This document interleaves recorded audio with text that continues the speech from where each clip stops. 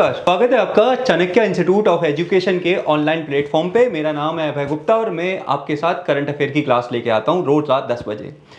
कल मैं क्लास नहीं ला पाया था कुछ रीज़न की वजह से, लेकिन आज कल के और पिछले सारे करंट अफेयर्स को कंपाइल करके अपन आगे अपनी कहानी को बढ़ाने की कोशिश करेंगे। तो बिना वेस्ट ऑफ टाइम सीधा शुरू करते हैं अपनी क्लास को। और आज क्लास में पहला क्वेश्चन है, स्टैटिक का है लेकिन न्यूज में था इसलिए मैंने कवर किया है। क्वेश्चन क्या है, निम्न में से किस संविधान संशोधन की सहायता से सिक्किम का भारत में विलय किया गया था? हाल में ही सिक्किम दिवस मनाया गया और साथ में ही तेलंगाना दिवस मनाया गया, तो इसी वजह से सिक्किम के ऊपर मैंने क्वेश्चन बनाया है। मैं एक एक करके आपसे डिस्कस करूंगा। पूछा है किस संविधान संशोधन की सहायता से, डेट मींस किस अमेंडमेंट की सहायता से सिक्किम को भारत में शामिल किया गया था? Option A 21st constitution amendment के through, option B 61st constitution amendment के through, option C 52nd amendment के थ्रू और ऑप्शन डी 36 अमेंडमेंट के थ्रू। आपको बताना है किस संविधान संशोधन की सहायता से सिक्किम को भारत में मिलाया गया था, आपको बताना है। जल्दी जल्दी आप बता दीजिए क्या होगा इस क्वेश्चन का आंसर, फिर मैं आपके साथ इस टॉपिक को डिस्कस करूंगा। देखिए, अगर मैं इस टॉपिक की बात करूं, इस क्वेश्चन की बात करूं, तो मैं कह सकता हूं 36 कॉन्स्टिट्यूशन अमेंडमेंट के थ्रू 1976 में सिक्किम को भारत का 22वां राज्य बनाया गया था। क्या बनाया गया था? 22वां राज्य बनाया गया था। सिक्किम के बारे में एक दो इंफॉर्मेशन आप जरूर याद रखिएगा, इंपॉर्टेंट है। सबसे पहले आपको याद रखिएगा 36 कॉन्स्टिट्यूशन अमेंडमेंट के थ्रू सिक्किम को आपको याद रखना है, ये भारत का पहला ऑर्गेनिक स्टेट है, यानी कि यहां पर कंप्लीटली जो एग्रीकल्चर किया जाता है वो ऑर्गेनिक पद्धति के आधार पर किया जाता है। इसके अलावा यूनेस्को की यहां पर मिक्स, भारत की एकमात्र मिक्स साइट है, और कौन सी साइट है?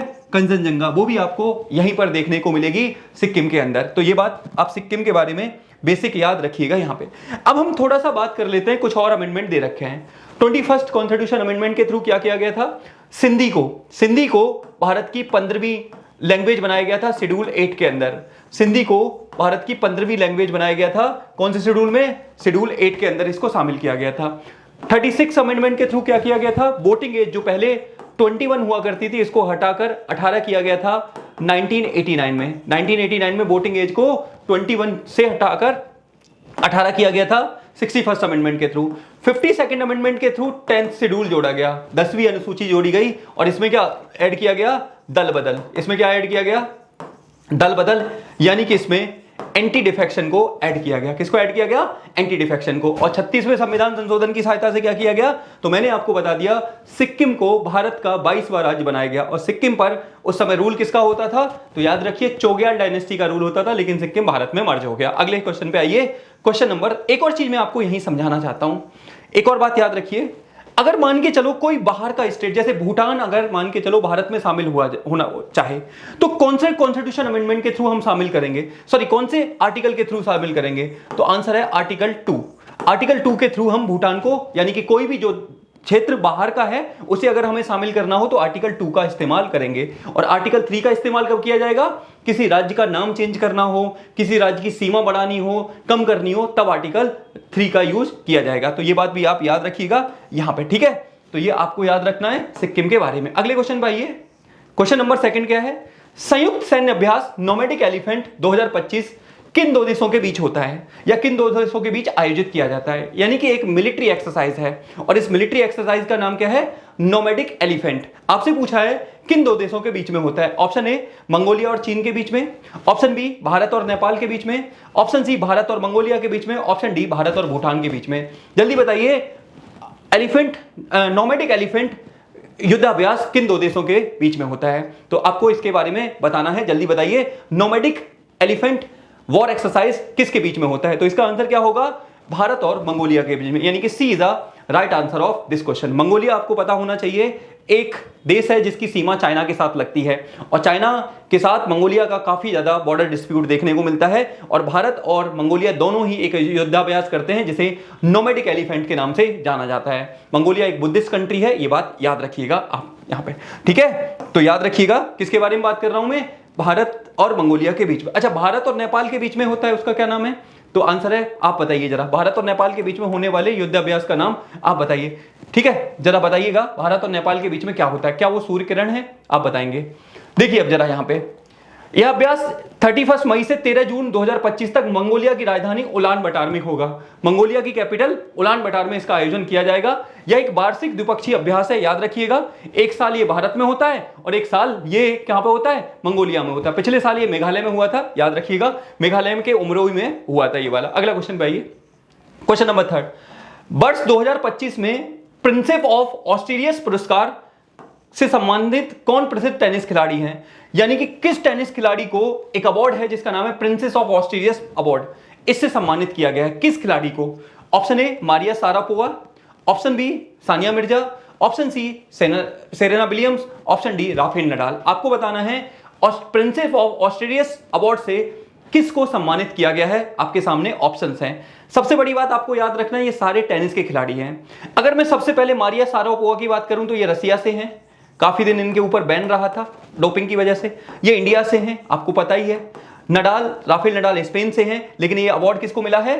सेरेना विलियम्स को। किसको? सेरेना विलियम्स को। और एक और बात याद रखिए, प्रिंसेप ऑफ ऑस्ट्रेलियस अवार्ड जो है वो कहां का है? स्पेन का अवार्ड है, और ये अमेरिकन, याद रखना है, American tennis player Serena Williams को दिया गया है। इनके बारे में याद रखिएगा आप लोग। ऑस्ट्रेलियस, ठीक है, प्रिंसेप ऑफ ऑस्ट्रेलियस अवार्ड किसको मिला है? सेरेना विलियम्स को। ठीक है, देखिए आप एक बार जरा, प्रिंसेप ऑफ ऑस्ट्रेलियस अवार्ड, यह पुरस्कार स्पेन का एक प्रतिष्ठित नागरिक अवार्ड है जो हाल में ही अमेरिकन टेनिस खिलाड़ी सेरेना विलियम्स को दिया गया है। चलिए आगे अगले क्वेश्चन पे आते हैं।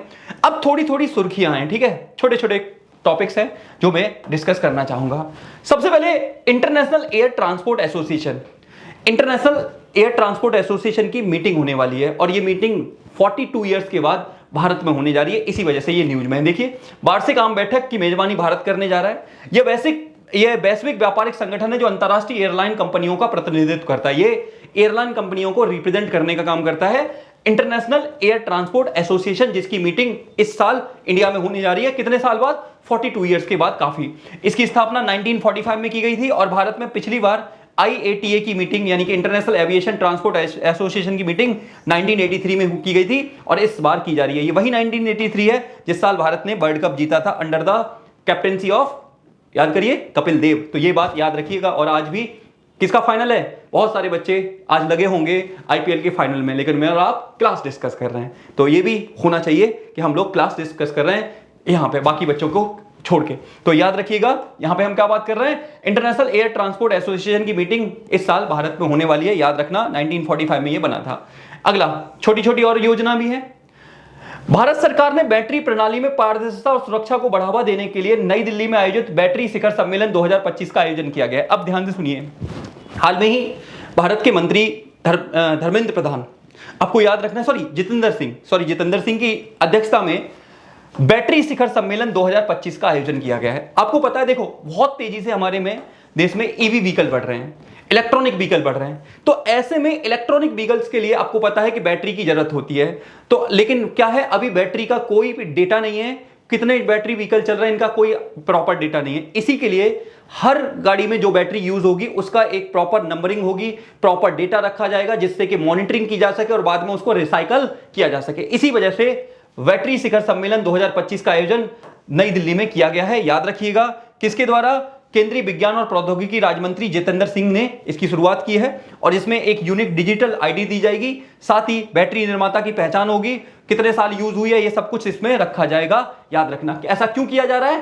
ताकि ई व्हीकल्स को और ज्यादा प्रमोट किया जा सके, साथ ही उनकी व्यवस्थित सुरक्षा की जा सके। आगे आइए, हाल में एक ब्लोटेन भूस्खलन आपदा, भूस्खलन का मतलब क्या होता है? लैंडस्लाइड। आपको पता रखना है, हाल में ये बहुत न्यूज में थी, बस इतना याद रखिए ये किस देश से संबंधित है। तो ब्लोटेन भूस्खलन आपदा जो है वो स्विट्जरलैंड से संबंधित है, जहां पर एक बड़ा आइसबर्ग टूटा, जिसकी वजह से एक गांव पूरा का पूरा 90% से ज्यादा गांव वो उसके में घिर गया। इसी वजह से ये न्यूज में है। ब्लोटेन भूस्खलन आपदा याद रखिएगा, किसका? स्विट्जरलैंड से है। नक्शा परियोजना, this is very very important. अब मुझे लग रहा है ये पूछी जानी चाहिए। नक्शा परियोजना, अब नक्शा परियोजना किससे रिलेटेड है? सबसे पहले इसका मिनिस्ट्री याद रखिए, ग्रामीण विकास मंत्रालय, यानी कि it is introduce by the rural development ministry के द्वारा इंट्रोड्यूस किया गया। अब इसकी फुल फॉर्म क्या है? देखो, national geospatial knowledge waste land survey of urban habitation, यानी कि नक्शा।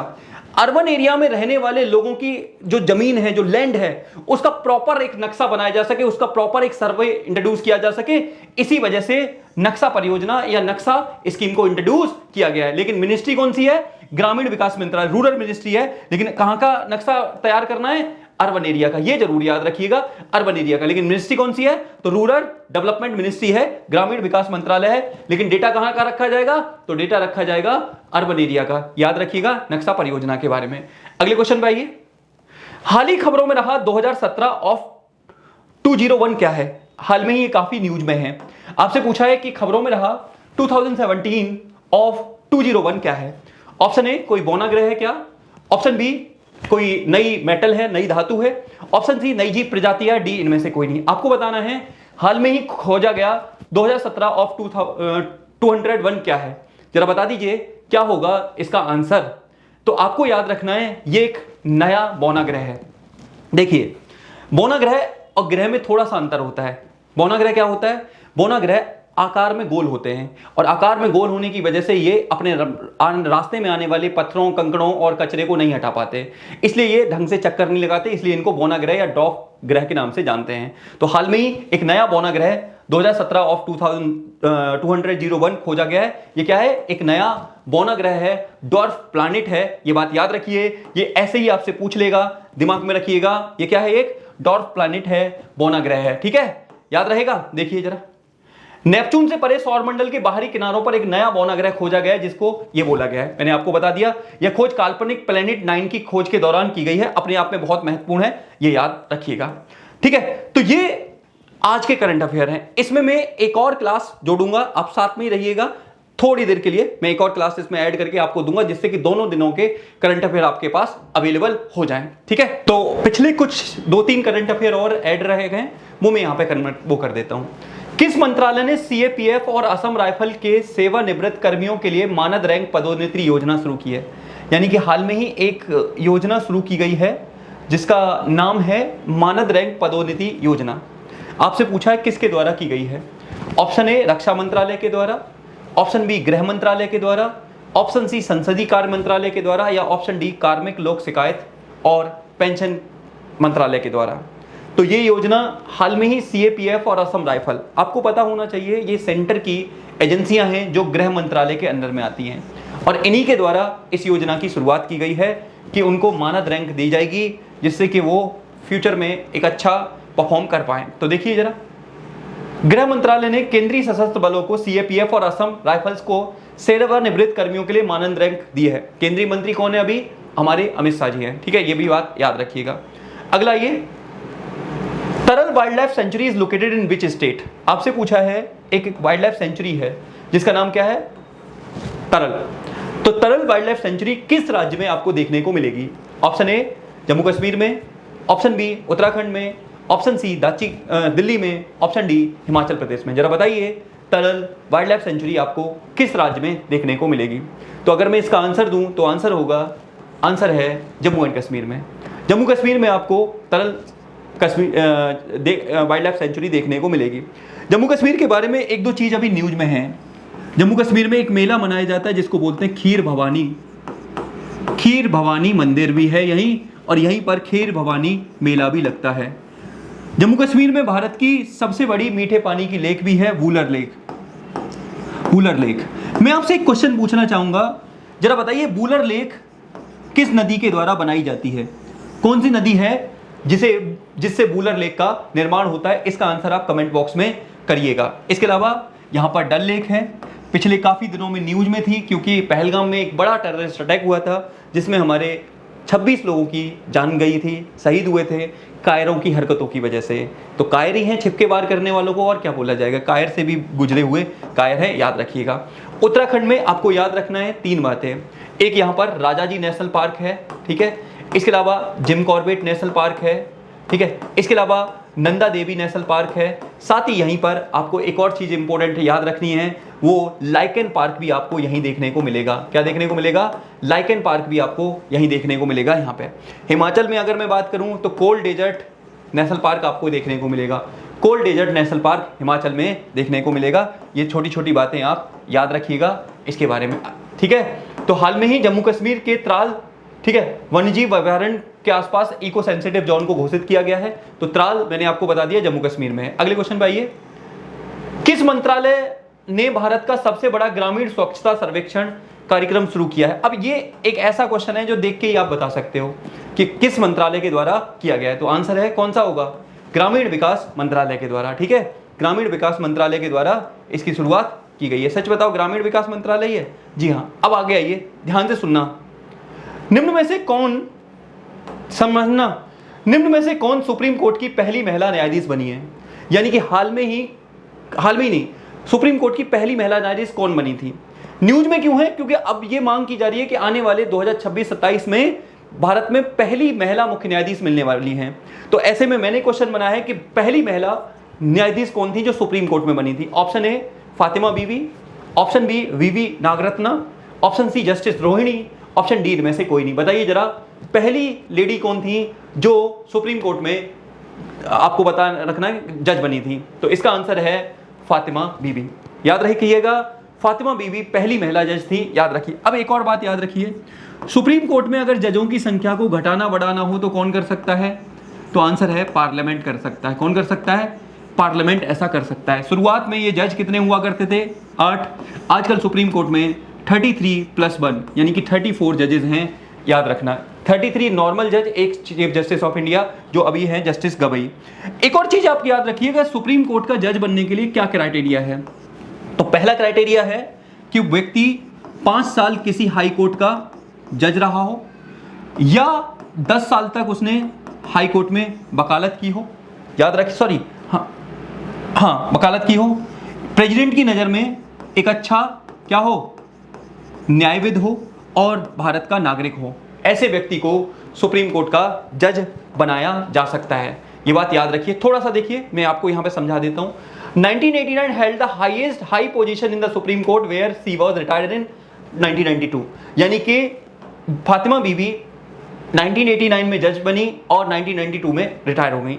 अब सुप्रीम कोर्ट का जज बनने के लिए क्या होना चाहिए? सबसे पहला, सिटीजन ऑफ इंडिया हो, किसी 5 साल किसी हाई कोर्ट का क्या रहा हो? जज रहा हो, या 10 लगातार 10 साल तक किसी हाई कोर्ट में या 2 हाई कोर्ट में उसने वकालत की हो, और राष्ट्रपति की नजर में एक अच्छा क्या हो? एक अच्छा जूरिस्ट हो। ऐसे व्यक्ति को सुप्रीम कोर्ट का हाई जज बनाया जा सकता है। और सुप्रीम कोर्ट के जज की अपॉइंटमेंट कौन करता है? तो आंसर है सुप्रीम कोर्ट के जज की अपॉइंटमेंट राष्ट्रपति के द्वारा की जाती है। ये भी याद रखिएगा। और ये 65 साल की एज तक अपने पोस्ट पर बने रहते हैं। 65 साल की एज तक अपने पोस्ट पर बने रहते हैं। ठीक है, अब न्यूज में क्यों है?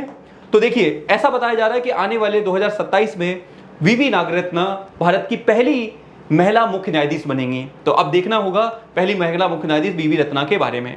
आगे आइए, हैदराबाद में आयोजित ग्रैंड फिनाले में थाईलैंड की ओपल सुजाता चुआंगसरी को मिस वर्ल्ड 2025 बनाया गया है। तो याद रखिएगा, ओपल सुजाता चुआंगसरी को हाल में ही क्या बनाया गया है? मिस वर्ल्ड 2025 बनाया गया है। तो ये थे 2-3 दिन के करंट अफेयर। देखो, आपको पता है सैटरडे संडे कुछ खास न्यूज़ नहीं आती हैं, मंडे को भी नहीं आती हैं। जो भी थी मैंने सारी कंपाइल कर दी हैं। अच्छे से इनको देख लीजिएगा, 1-2 बार रिवाइज कर लीजिएगा। अब ये क्लास रेगुलर रहेगी, कोई डिले नहीं होगा। अपनी तरफ से कोशिश करता हूँ, लेकिन कई बार तबीयत खराब होना, टेक्निकल प्रॉब्लम होना, ये हो जाता है। ठीक है, आप देखिए, लाभ उठाइए और नोट्स साथ में बनाते रहिए। तो मैं मिलूंगा आपके साथ एक और नई क्लास में कल। तब तक आप खुश रहिए, मस्त रहिए और पढ़ते रहिए और अपने सपनों के लिए नई उड़ान भरते रहिए। तो मिलेंगे अगली क्लास में, तब तक के लिए आप सभी का धन्यवाद। जय हिंद, जय भारत।